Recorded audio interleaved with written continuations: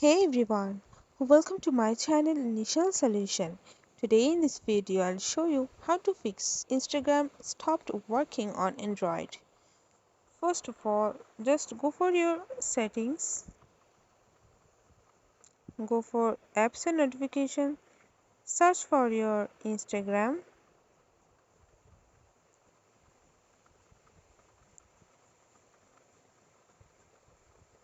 Okay, then go for it. Go for storage and cache. You have to clear your storage and cache from here. You can also clear your storage and go for force stop, then refresh your all data from here.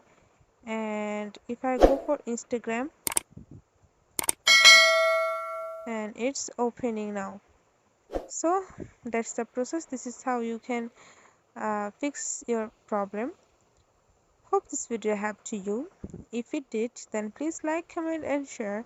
Subscribe to our channel and don't forget to hit the bell icon for more videos. Thank you. This video is sponsored by Zerosoft. Zerosoft offers graphic design, UI UX design, digital marketing, and web development. Elevate your brand with Zerosoft today. For more details, check the description box.